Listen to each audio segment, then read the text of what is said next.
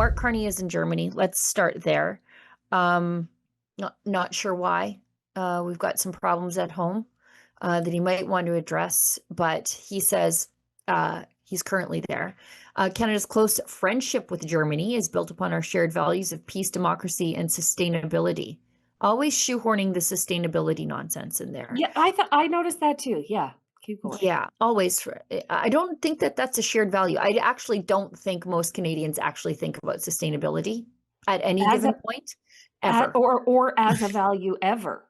Or as a Yes. value ever. This is No. not something that we consider virtuous. Yeah, like I think we think about affordability more than sustainability. Energy accessibility, energy affordability and accessibility. That's what we think about. But And sustainable upheld, pipe dreams? No, thanks. no, upheld by our work together in trade, defense, and energy. Bundeskanzler and I are bringing our nations ever closer towards more security and prosperity. I actually feel neither of those things. Do you? Yeah, no.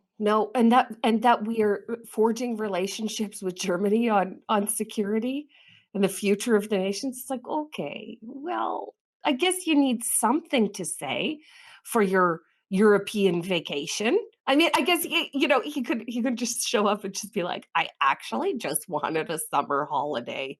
So then instead of saying that, he just sort of puts out these word salad announcements. And I mean, nothing shows a politician's sort of laziness like pointless social media posts that don't really say anything.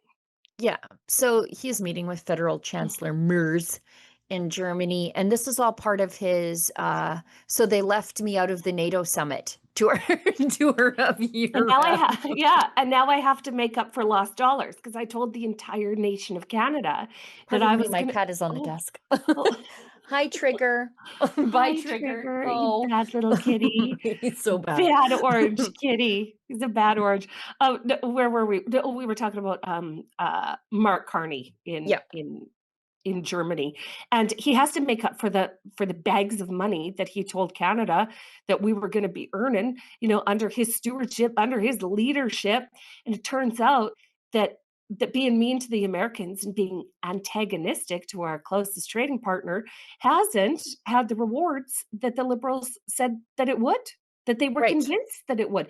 They were just going to go to Europe, listen, and replace every single trade agreement that we had with the United States with European money. We were going to become a de facto European nation. And it looks like that's what he's still trying to position us as, but without actually delivering trade agreements, without actually delivering anything to the people of Canada. What a fail. Like what an embarrassing fail. Yeah. We've got a video of a German reporter doing the work the Canadian journalists refused to do. And that is ask a tough question to Mark Carney about like, hey, you came here to talk to the German government about, this is what we can do in terms of offsetting Gazprom Russian gas that Germany has to rely on because we decided there was no business case to sell the world liquefied natural gas. A German reporter actually asked Carney, well, that's talking about this stuff is all well and good, but you don't have the infrastructure to export any of this energy. Let's watch this. And can you just put it full screen, Carney? My cat jumped into a tall laundry basket and can't get out now because he's bad. So I'm just going to go fix that. Prime Minister, just one question about raw materials. Could you please explore a bit more what Canada can realistically actually offer to Germany and Europe, given the fact that ports on the East Coast and also pipelines are still lacking? Okay, you're welcome to take the second part of my question if you wish. Thanks for the question. Look, there's a huge range of immediate opportunities with respect to critical metals and minerals. And there are medium-term opportunities with respect to all forms of energy, including LNG and hydrogen. And I'll quickly explain how we make those happen. our government is in the process of unleashing $500 billion of investment in energy infrastructure, port infrastructure, particularly intelligence infrastructure as well, with AI.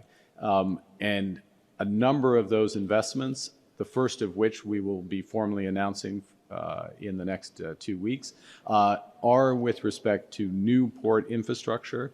And some of the examples in the public domain will include from reinforcing and building on the Port of Montreal, Contrecoeur, a new port effectively in Churchill, Manitoba, which would open up enormous LNG plus other opportunities, and other East Coast ports for those critical metals and minerals. So there is a lot happening. It's the number one focus of this government is to build that infrastructure, and particularly infrastructure that helps us deepen our partnership with our European partners, and particularly Germany. Okay. Yeah. Would you believe that just real recently, Brookfield, Brookfield announced, let's see, is building a 20 megawatt electrolyzer to produce zero emission hydrogen for injection into local gas grids. Every damn time. It found $1.1 billion to put into green hydrogen-based e-fuels. This was announced on September 11th, 2024, which was when Mark Carney was still at the helm of Brookfield. And as you know what, every single story we have to look at, or that we do look at, excuse me, we have to consider how Brookfield is involved. When Mark Carney's mouth is flapping, he's actually talking about Brookfield, like every single time. So even though he skirts around the German journalists' really excellent question about the realistic possibility of getting LNG to Germany, considering our pipeline and access issues in Canada, Mark Carney just pivots off into something that Brookfield is involved in again. Right. Well, and again, like, okay, you can talk about building ports, but C5 has veto capabilities for provinces that don't want them. So if you said to Wab Kinew, who sometimes is reasonable, but by and large is still an NDP premier, if you said to him, okay, we're building a massive LNG export port in Churchill, he could potentially say no, or the indigenous groups there could potentially say no. And then what? And then what? And by the way, you think you're just going to, and then we're going to have a port? This is like a decades-long production. In the meantime, the Americans who did build these facilities are like, actually, you can buy this from us tomorrow. Right. Yeah, that could happen. I could see Wab Kinew saying yes, but involving so much Indigenous consultation that the project goes nowhere. You know what I mean? Like I could see that level of operation from Wab Kinew, but no, it's God bless that German journalist for asking that question and putting that on the shoulders of Mark Carney. But the way that Brookfield Renewable Partners, in his answers, the way that Brookfield Renewable Partners is involved in hydrogen is just, 8 million ways from something. Like, honest to God, I'm just scrolling through. I just Googled Brookfield plus hydrogen, and the results are astounding. There are more companies that have gotten more billions of dollars. Masdar to acquire Saeta from Brookfield. So they're selling and buying renewable companies to be able to provide, hydrogen energy or nuclear energy or any one of their sustainable energy sources. And it's just so confounding because in Canada, where we are blessed beyond measure to live in a place with the amount of natural resources we have, the availability of our natural resources, the affordability of our natural resources, that we would still be chasing this net zero pipe dream.